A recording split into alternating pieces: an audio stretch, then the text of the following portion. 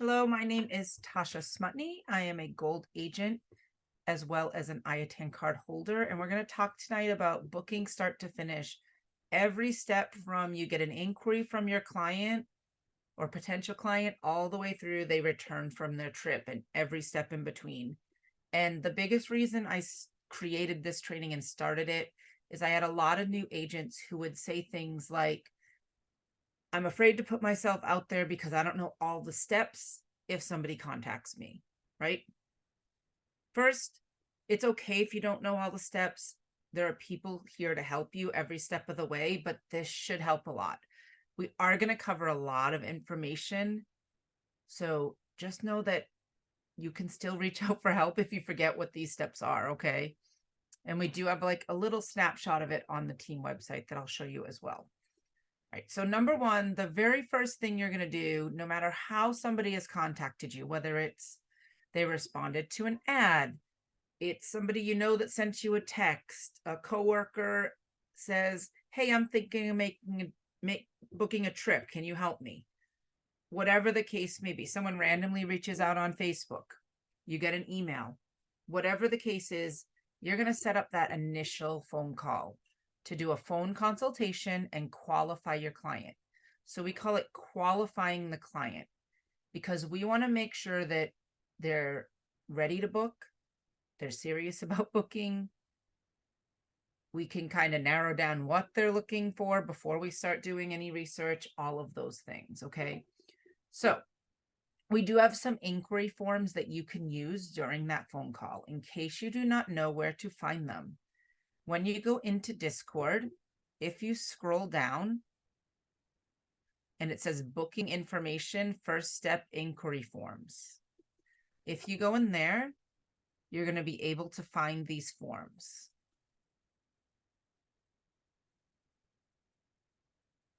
So we have a cruise inquiry form, a land inquiry form, a Disney inquiry form. Even though Disney is, it could be either a cruise or a land destination. There's just Disney specific questions. So that's why we've added that one there. Okay. We can also find these on our team website. Now it is in an area that you have to log in for, right? As I said, so when you do find this, recordings and info, booking travel, right? It gives you a very condensed first step, second step, final steps of what we're going to talk about. But here are those inquiry forms as well. You can download them to your computer. You can, either print them out if you want to write on them. You could type right on the computer, whatever the case may be. Okay. It's really important that you qualify the client. You want to make sure you know everything you're going to need to know in order to do your work, right? So, I mean, obviously we need contact information. That's kind of a given. If it's a land trip, they're going to fly somewhere, stay at a hotel or resort. We want to know where they're going. They're going to stay within the US? Are they traveling internationally? If it's international, ask about passports. Do they have passports for everybody going and are they valid? And depending on the destination, sometimes those passports have to be valid for 6 months post-travel. All right. If they don't have passports yet, where are they in the process of getting them? Right. If somebody's trying to book last minute and they don't have a passport yet, probably not a good idea to book. Right. I've been hearing that passport times are getting better a little bit. They were having like unprecedented long wait times. They're getting a tiny bit better, but still, I wouldn't at this point probably book anyone. It's December. I mean, I probably wouldn't book anyone till at least March or April if they haven't started the passport process yet, just to be safe. Okay. Their dates, and then are those dates flexible, right? Some people will say these are the dates I have to travel and have to be back by, and we want to go for that whole time, or any 5 days within that week. Some people will say, I'd like the the best priced week in the month of July or August, right? Some people are flexible, some people don't have that flexibility. Okay. Asking about what kind of experience they're looking for is really helpful, right? Are they looking for a party vibe? Are they looking for just relaxation? Are they looking for a mixture of both? You know, do they want lots of adventure type activities or hiking, or, you know, they want motorized watercraft, not just hand powered watercraft, whatever they're looking for. Okay. And that kind of goes along with this too. Like, what kind of vibe are you looking for your hotel? So, really, like, what are you looking to get out of this experience? And when you have this phone call with the client, make this a conversation. Don't make this an interview, all right? That you're checking off your list, but make it a conversation, because one of the biggest reasons that we start with a phone call is that this is a relationship building business. You are building a relationship with your client because you don't want a one-time client. You want a repeat client. And they have to trust you because you're going to be taking their credit card information in order to book that trip. Okay. The second reason it's a phone call is it just saves you time in the long run. Okay. But, make this a conversation. What's the best vacation you've ever gone on? Is that what you're looking for? What are you looking for? Those kinds of things. Maybe they don't know exactly where they want to go. They don't know any of those things. We can ask, well, are you looking for a warm destination? Are you looking for a cold destination? You want to drive? You want to fly? Beach, mountain? Those are the types of questions we can help guide them towards finding a destination if they don't know. Okay. Then, of course, we need details like how many people are traveling. And we need to know, how many are adults, how many are children. We do need to know the age of children at the time of travel. It's really important to know that. Sometimes there's different pricing for certain ages and that kind of a thing.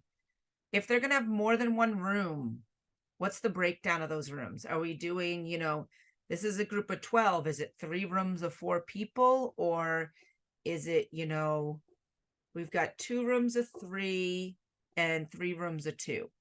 What's the breakdown of those rooms? Okay. And what's their preference for bedding? Are they wanting 1 bed? Are they wanting the 2 beds? Obviously, if it's 4 people, it's not going to be 1 bed. But if it's 2 people, sometimes it's a couple, sometimes it's friends that want their own bed. When I ask about brand preference for hotel, I don't just ask what would they like to stay at. I ask if there's any brands or hotels they've ever been to that they would never like to go to again. This does a couple of things. Even if that's not the specific brand, I can look that up if I'm not familiar for some reason, and I can see, ooh, they don't want this kind of experience. Just different things that are helping us match the vacation to the client, right? And when I talk about travel insurance, I don't say, do you want travel insurance? Because a lot of people will just say no, because they have no idea what it is, right? I always approach it as, so that I typically present all of my quotes, including travel insurance. And here's why. So I do some education on that, it's not just for cancellation. While yes, it can help with cancellation as well. It also is for things like flight delays over so many hours. They'll compensate you for any meals you buy. They'll compensate you if you need to get a hotel, the taxi to the hotel, any of those things. It also helps with if luggage is lost, damaged, delayed. It gives compensation reimbursement for having to buy necessities until your luggage arrives. Also, when traveling internationally, typically your home insurance is not, health insurance, not going to cover you. So the health insurance is a big piece of that traveling, right? And on a cruise, for example, the cruise ship will bill you for it. And if you get the cruise travel protection, it covers the medical center on board, which also will treat you if you get injured on shore during an excursion or just when you're in port. The last cruise I was on, there was a little boy had stitches. He somehow cut himself. He fell like getting off the water slide or something like that. And they needed to go to the medical center. Now, these two things, travel credit or cash refund, the only difference is if you cancel. All right, a travel credit's going to do exactly what it sounds. Your client's going to get a credit to book with that same vendor. All right. So if you book something on Vax through FunJet, they have to book again through FunJet. Some people had trouble with this when the fires were happening in Hawaii because they went through Blue Sky on, and they wanted to try to get their client another trip that same week. But really, Blue Sky's mostly for Hawaii, right?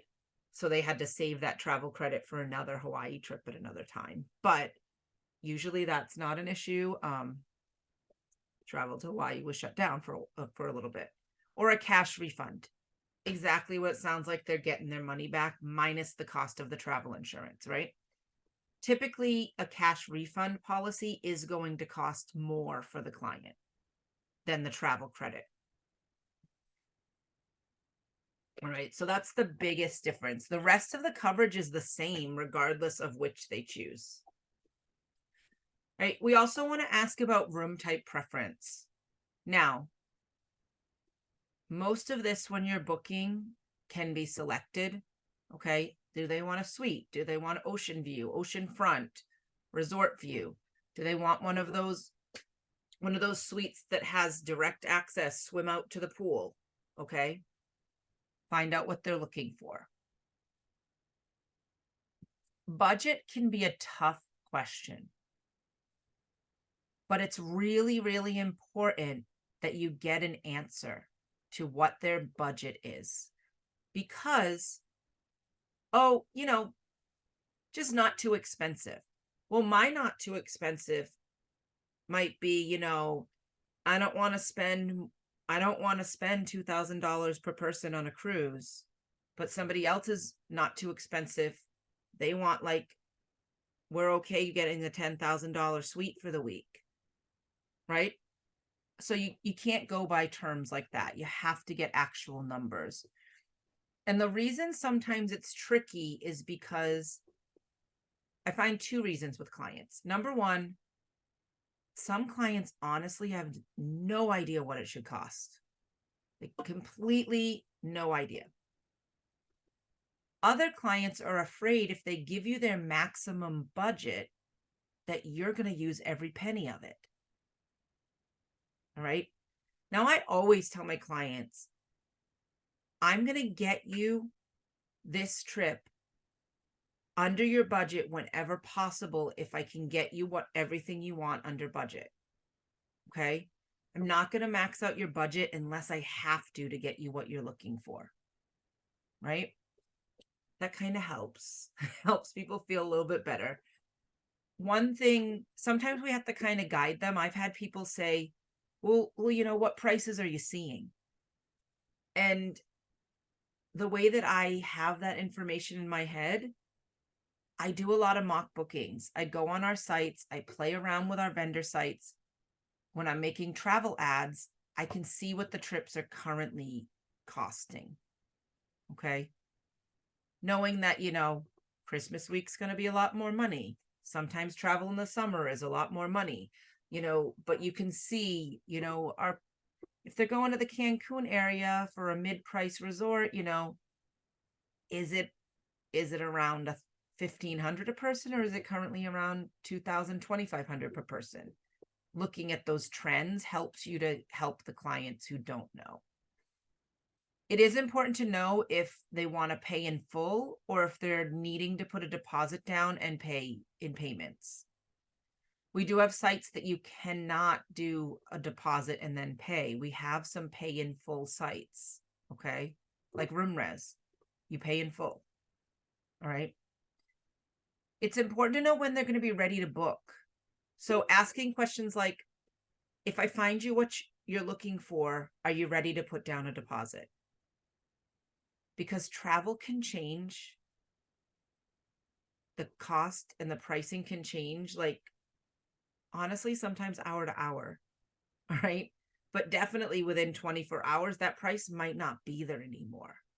Okay. So you do have to be ready to book when we're doing this. If somebody says to me today, oh, we're just kind of getting ideas, but we're going to book this in February for the summer, I'm going to say, you know what? I can do a quick search of general price right now without finding a specific resort or anything, but I'm going to need to call you back the week you're ready to book and double check that this is what you're still looking for. Okay. And the reason that the pricing is so fluid is because a lot of places are priced based on occupancy. The more they have available, the less they'll charge. The less they have available, it's in more demand, they're charging higher prices, specifically resorts. Flights, I feel like, are a wild card. You never know what they're going to cost. Okay. Do make sure that the person you're talking to is the financial decision maker. And if they're not, that person needs to be on the phone when you do the follow-up call. All right. Now, if we're doing flights, what airports do you want me to look at? Okay. Are there more than one airport near you that is an option? Do they have a preference on time of day? Okay. Now, for me, when I'm booking families with children, I try to avoid those super early morning, super late night, even if they don't say, oh, we don't care what time of day. All right. You try to find the best timing, but sometimes it's not the best timing. Do you want a direct flight with nonstop, no plane changes? Do they mind a red eye flight? That's an overnight flight. A lot of times coming back, trips will be overnight, especially if anyone's flying. I'm on the East Coast. If anyone's flying East Coast to West Coast, I mean, other way around, West Coast to East Coast, a lot of times it's an overnight flight or something that gets in, like after midnight. But sometimes it is like you get in at 7 in the morning, 5 in the morning. Do they have a preference of airline or a do not book me on this airline? Okay. I will say I typically am not going to quote Spirit unless someone says to me, you can include even the budget airlines. Okay. Because in my opinion, anyway, it's going to end up costing them because they're going to have to pay for their carry-on, pay for their checked bag. It's going to cost them more anyway. And it's just not worth going over all those fees. And then most people don't want that anyway. Making sure, do they want business or first class instead of regular economy tickets? Do they want us to get the class of ticket that it's an upcharge, but it includes their baggage or it includes seat selection? Okay. And then we make a follow-up appointment, a date and time that we're going to present them the quote. All right. Based off of when they'll be ready to book. And when you're going to have it ready. Give yourself at least that 24 hours. Okay. If if it's a more complicated quote and you're taking a whole week for it or something like that, just double check all those prices before you get back on the phone to present the quote. All right. This is not a form that you send to the client. This is a form for you to guide your questions. Okay. All right. Now, as far as the other forms, the cruise one, differences in here, a lot of it's the same, but what ports they want to go to, where do they want to leave from? If they've ever cruised before, okay, are they worried about seasickness? Because then you can choose different areas of the ship for where you're going to put them. Different categories of cabins Interior with no windows. Ocean view has a window. Balcony has a balcony. Suites are not always what you think of when you think of suite. Sometimes it's just a little bit bigger with nicer like countertops and nicer finishings. It's not always a multiple room situation.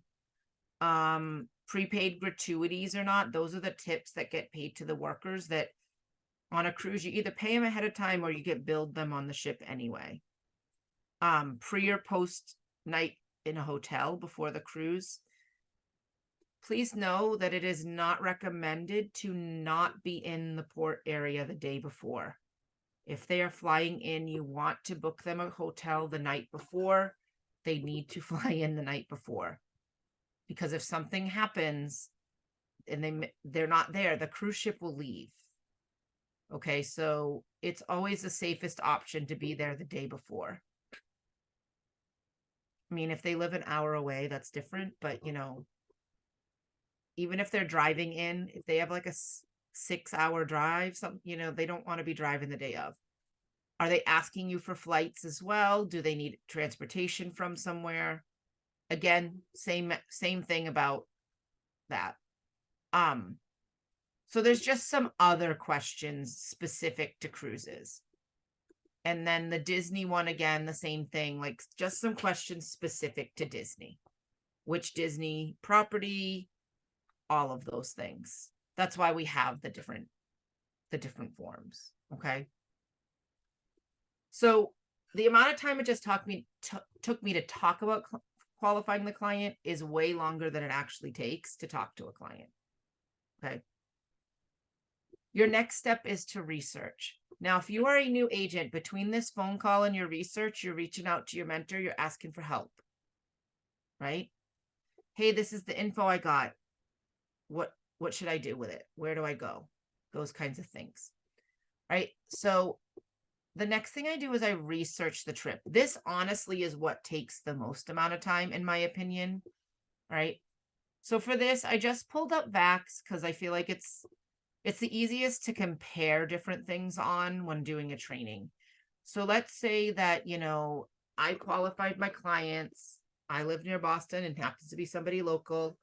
They want to go, you know, to the Cancun area. It's going to be an adult and two adults, 2 children. Now, see, I have to put those ages. They've got, you know, an 8-year-old and they've got a 10-year-old. And they want to go during our April break. And they want to leave on Saturday and go for 7 nights.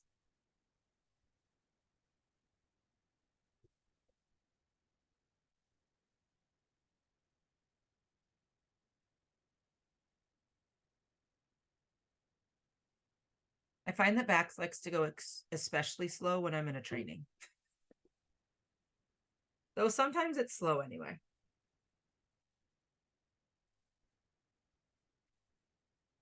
Now, with that being said, I'm going on VAX, but it is important that we are shopping the vendors, okay? We're not just going to one and quoting just that. So let's say that, you know, my family said, I'm traveling with kids. I don't want to have to switch planes, okay? They wanted a nonstop flight, so I switched it to that. Actually going to change this so it's not just morning. Oh, it's Are you sharing your screen? Because I don't have it. I thought I was sharing my screen. Is it not sharing when I go past off of the did you see the form I was showing before? I saw it. So yeah. Are you seeing VAX now? Yeah. Yes. Okay. That's weird. I also, when I moved my mouse, like normally Zoom has this green line around whatever you're sharing, and I didn't just see it. So I got a little worried that I wasn't showing it. But you guys can both see it now, right? Yes. Yes. So, I will tell you that I personally don't quote basic economy. This doesn't say basic. You'll know it's basic because there's all these like red warnings, like no seat selection, no changes allowed, whatever the case is. But I kind of try to look for the best flights for families, especially if it's a family. A lot of times it will automatically choose a nonstop flight home, but this is not doing that. So let me see if there isn't one. Sometimes there isn't one. There usually is for Boston though, so that's why it's. Oh, it might be because I had morning selected. So evening nonstop. It is a lot more money, but this also has, they also picked like their preferred hotel immediately is what Vax does. So that might not be the hotel that I'm choosing. So see, it already selected one. So what I'm going to do is I'm going to look at options. They do want an all-inclusive. All right. They have children, so we don't need to worry about adult only, anything like that. Now, this is where, you know, somebody who's been booking longer than you can help because there's so many options, right? Like, oh my goodness, what am I going to do and how am I going to pick? Right? I know that I have a family traveling. Let's see if it's even available. Thinking the one I'm thinking might not be available just because it's usually before this price point. Let's look.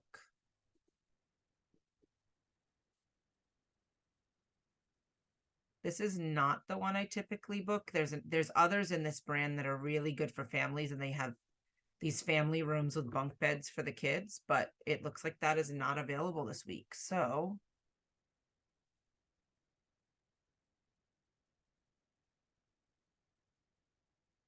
go down.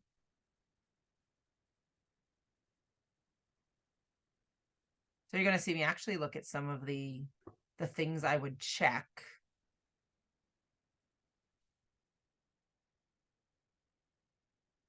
So let's look at the Dream Sands.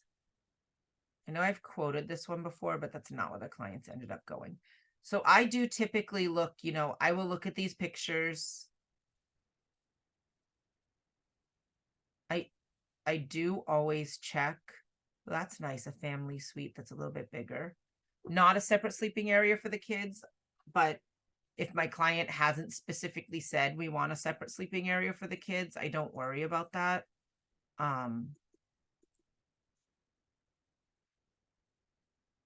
But I do typically come to these reviews first. These are all great, right? There's not a single one that would concern me. They're all 5 stars. All right. But I will just go to Google. So when I change tabs, are you still able to see?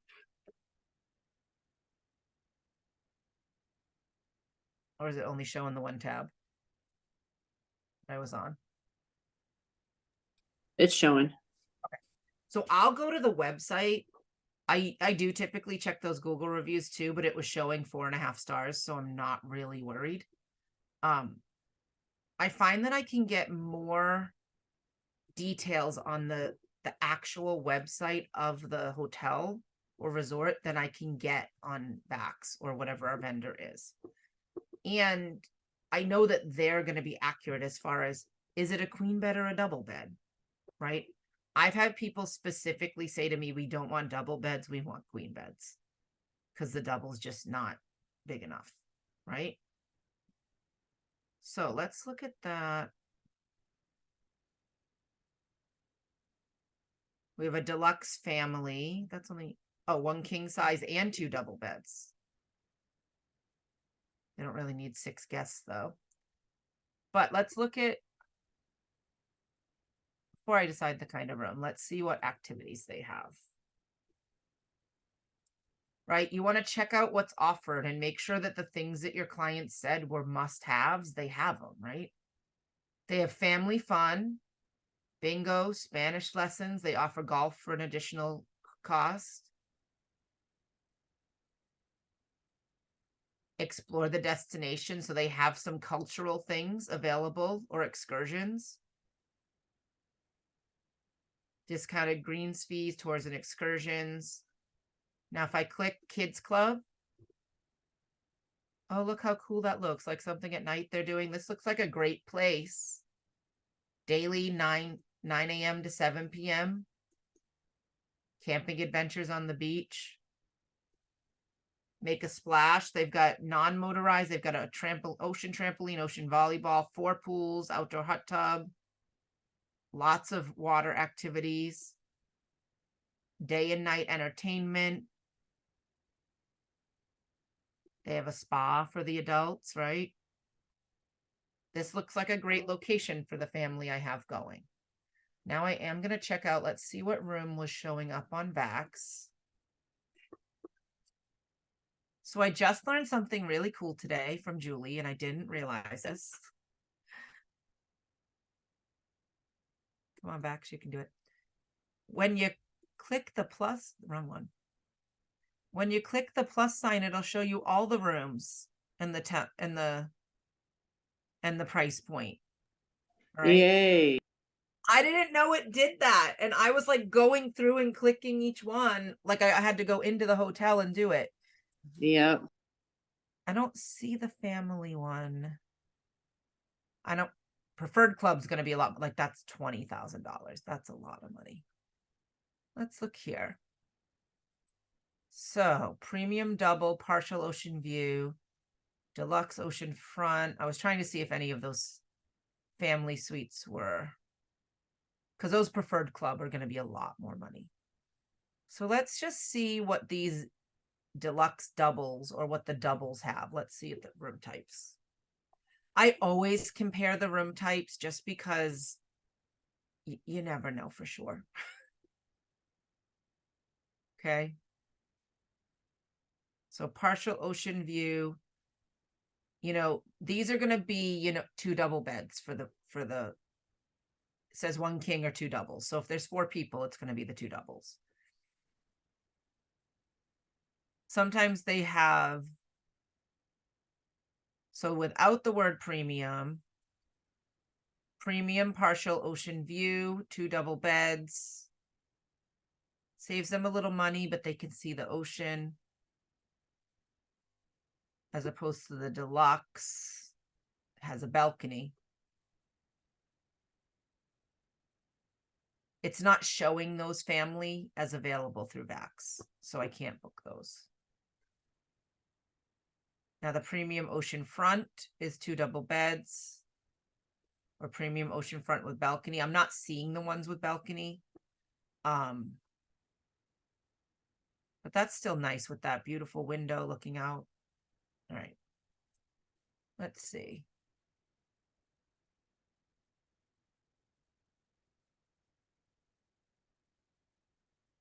So I think we're looking at this one, the premium double ocean view. Premium partial, no.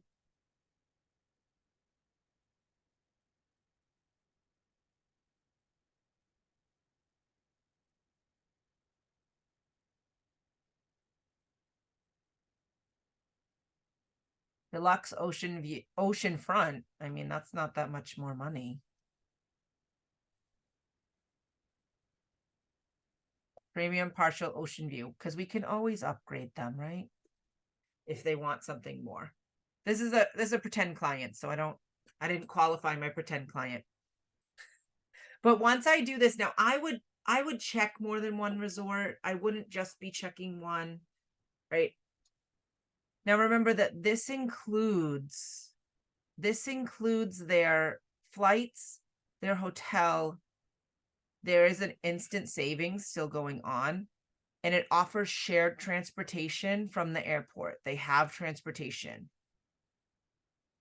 You can also check for that same resort on other vendors, okay? And I do recommend that you price compare to make sure that you're not getting them something that's more than it needs to be. On back, so that you know, you have to scroll down to this blue box to add the travel protection. $315 on a trip that's costing $9,000.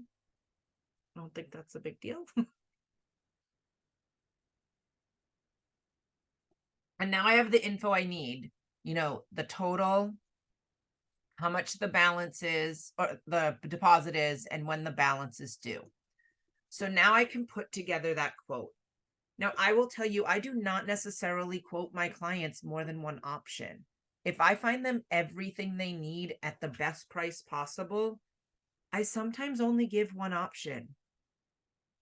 Unless they've specifically said, can you give me 3 different hotels? Which most people do not say. Part of the reason people are coming to a travel agent is because they want us to help with the decision making, right?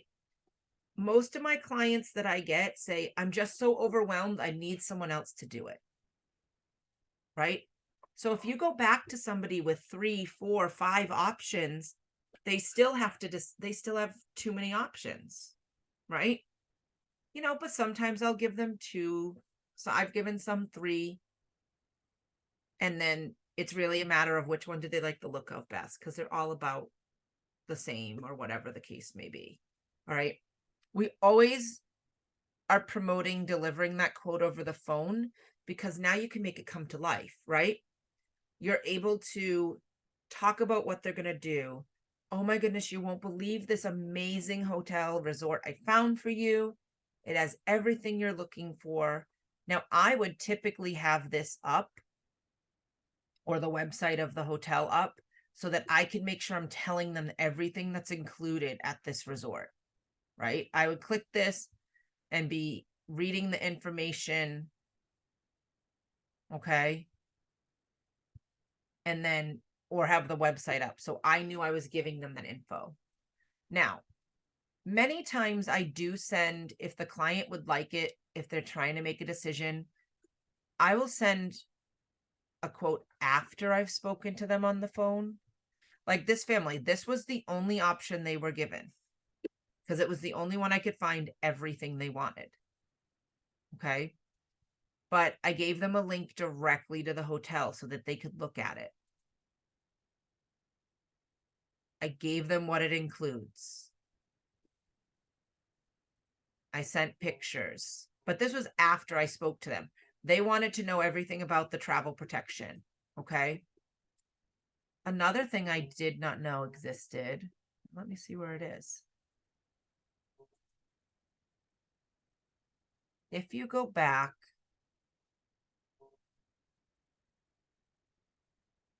and you're on the page where you select hotels, this says create sales email. So let's say, you know, Dream Sands. Let me just do Dreams. Let's say I'm going to compare 3. And I just search Dreams. Create sales email. Add to sales email. Let's say I want them to see these 2 different ones. And when I click it, I could just send them this after. Now, they can click on it and see everything themselves. However, it's only giving them the from price. It's not giving them the final pricing, right? You send this to yourself, and then you can change things like the information here that says, you know, from my agent ID number, right? But you can send this sales email to yourself and then edit parts of it and send it to the client after you've spoken to them about the trip. Because maybe they do want to look more into it and see the details. Okay. Other things other examples I've done,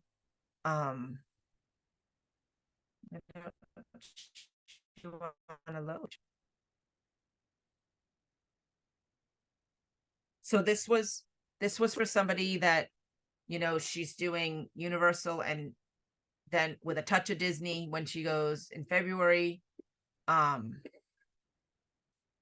Universal plan was pretty much that package was, she didn't need decision making, but they didn't know what they were going to do for Disney tickets. So I gave her the different options. And then the best pricing on flights I found for her. Okay, but the Universal one, she's like, yep, book that one. But then she was deciding what they were doing for the Disney tickets and the flights. Then, you know, this is a more detailed one because they were doing something. They needed me to come up with an actual itinerary in Europe. It was more than one city, you know, the type of train ticket they could get. I did do the hotels on RoomRes, which will put together a beautiful little itinerary for you.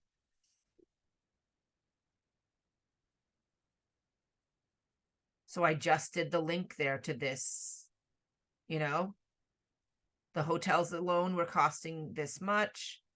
And then it showed them where they were going to stay in their 4 different hotel stays. Okay. So there's different ways to do this. Again, something like this one, I sent her the itinerary and those hotels and said, let's go over this while I'm on the phone with you. Because it was complicated, right? Like this was a trip with multiple stops. These are specifically links to Viator that they could book their own activities, but they were suggested activities based on what they told me they wanted to do. Okay. So the next thing, close some windows so this will go a little faster. The next thing you're going to do is hopefully they've made their decision and they're ready to book, right? When they're ready to book, you're going to send them a credit card authorization form. This is also in the same place on Discord and our team website that you can get it. Credit card authorization form. Credit card authorization form. And we do offer training specifically on how to do a credit card authorization form. So I'm not going to go too in detail about this, but overall, I fill out as much of this as I can before sending it to the client. All right. So I have just made a template that I added my logo, my information. I put my name in already, so I don't have to enter it every time. Okay. Their name, type of trip, the supplier. You may not have the confirmation number until after you book, so that can be added. Departure date, return date, contact name. Now, the rest they might need to just fill out themselves. Now, if it's somebody I've booked for before, I've got their address, their phone number, their email. I put it in. If it's a final payment, I put that card information from the first payment, expiration date, the last 4 digits for them, the name that as it appears. Usually I'll send them a text and be like, you're going to use the same card. So I can, then all they have to do, I put the price that's being charged to their card. Then all they really have to do is sign it and date it. It is important to note that this has to be an actual signature of some kind. It cannot be I'm going to choose this because it looks like my signature and type it. Because anyone can do that. And that's not a legal signature. It will not hold up in court if somebody says, I didn't say you could use my card. Right? So you can use markup, anything on a phone that they could sign it with their finger. It just has to be an actual signature they made. I personally use DocuSign. I'm probably going to switch over. There's some others that people were saying that don't cost any money. DocuSign does cost money, but when I get them back, just so you can see what it looks like. Oh, my computer is going super slow.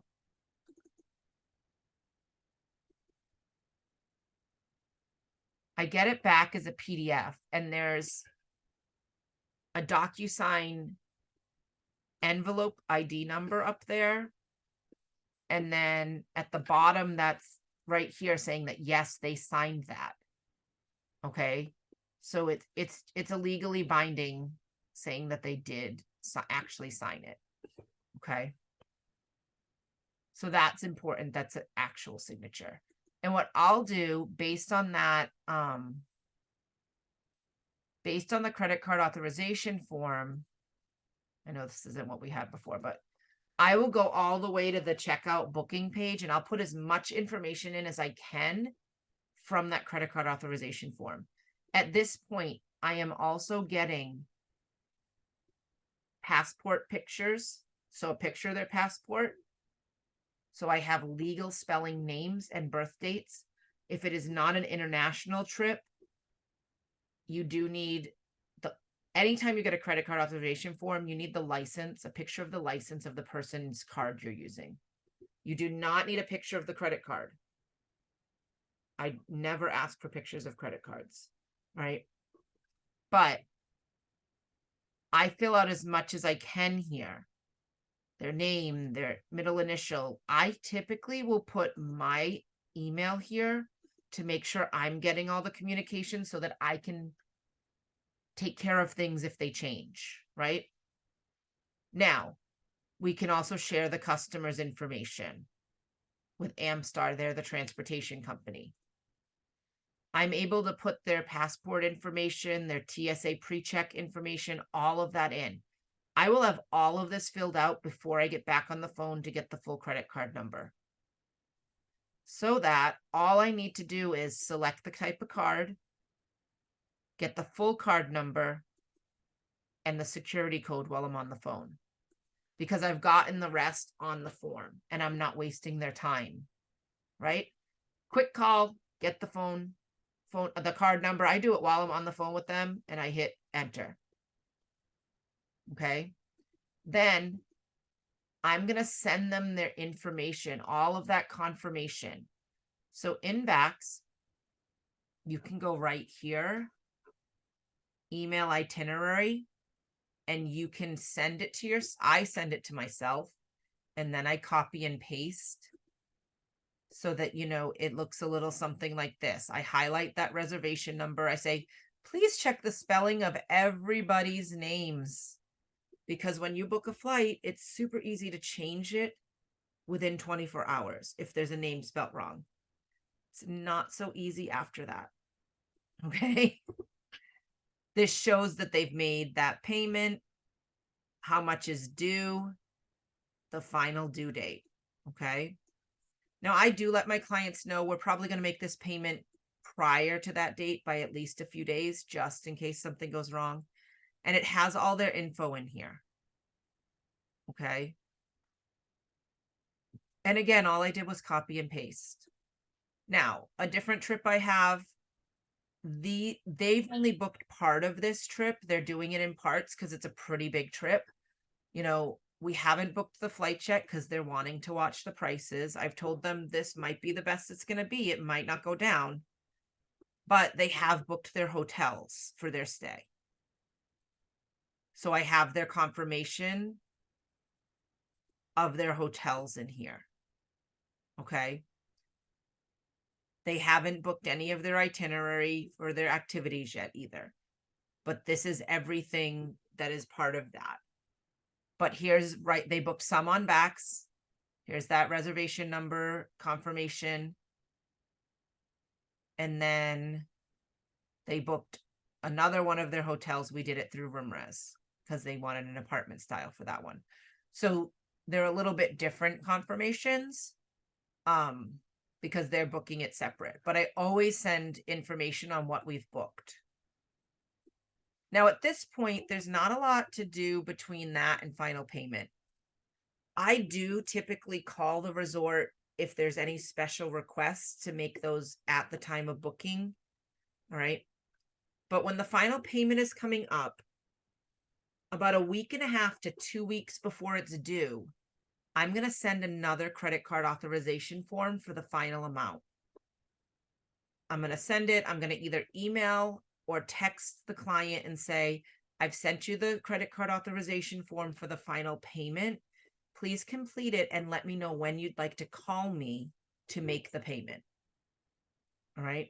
Some people want to do it right away. Some people, they say, okay, and I usually say before this date. They'll say, okay, I'm going to call you on that date, whatever the case may be. I do the final payment the same way. We have a credit card authorization form. I have the page ready to put the information in. Okay. Now, about a week before the trip, leading up to the trip, I'm going to confirm everything. Okay. I'm going to confirm the reservation. I'm going to call whoever's doing the transportation.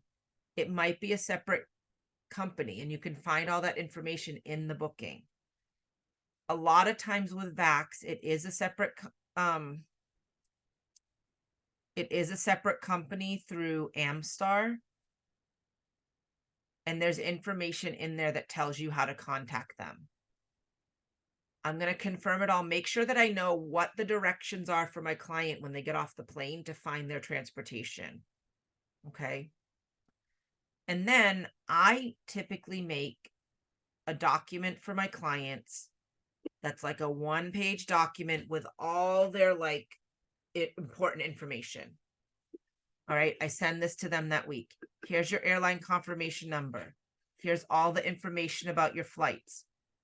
I find a lot of times things change from when you booked. And a lot of times they're like minor changes too, like same exact time, but the flight number changed. Or it changed by like 5 minutes. Anything that changes bigger than that, I let the client know as those changes happen. But they're not always that. And then I let them know I'm going to check you into your flights about 24 hours before your trip and your return. Here's that information about their transfers. Okay. Who they're looking for. It is listed that they have to request to meet with an Amstar representative at the hotel to schedule their return transfer back. Here's their resort information. They had more than one room. So I told them what the first name listed for each room was. So when they checked in, that was the name they checked in with. And let them know if you have any issues during your stay, please contact me so that I can assist you in your stay. Now, I would also list in something like this, if there was any additional inclusions that were purchased, like if it were a cruise, I would say you have $500 onboard credit, whatever the case may be. Because they're going to want to check that once they get on board, or you ordered bottled water to your stateroom, whatever those things are, I would add that in here. Okay. But I send that week that they're going. Oh, some windows. All right. Now, that day before they're flying, I will check them into their flights. Do we have to do this? No. Is it a really nice service? Yes. Right? They don't have to worry about it, especially on the trip home. Nobody wants to worry about checking into their own flight. Nobody wants to think, oh, I have to go home tomorrow. And the only time we really have to worry about checking in right at the 24 hours is if they're flying Southwest, because that gets them a better place in the boarding process because it's all open seating and you choose your seats. But the others, not a big deal. I see that my camera is frozen. Is my voice frozen? No, you're just your camera. All right, no problem. I'm going to turn the camera off then. So it's not just my face there. Really a nice touch. Now, sometimes I'm able to get the digital boarding passes. Sometimes I tell them they have to go to the kiosk at the airport. It really depends on the airline, which ones you're able to get them and which ones you have to go to the kiosk anyway. But it still helps them avoid that check-in line at the airport, right? I mean, when they're checking baggage, they have to wait in the line anyway, but I already checked in for the flight, right? Now, hopefully at this point, I hear nothing from my client because everything's great. However, if they contact me while they're traveling, of course, I'm going to take care of if there's issues. Okay. I do want to thank my client afterwards. I try really hard to make sure I send this while they're traveling so that it's there when they come home. but I have thank you cards that I send. So let me just show you. I did get these from, oh, you can see it. Sometimes with my background, you can't see. So I just had these made on Vistaprint. Oh, let me turn off my background. And it's already printed for me, right? Please join, please, a QR code to my Facebook business page. All right, so that they can leave me a review. I got little matching envelopes. And I've got stickers with my business logo that I put on to seal it.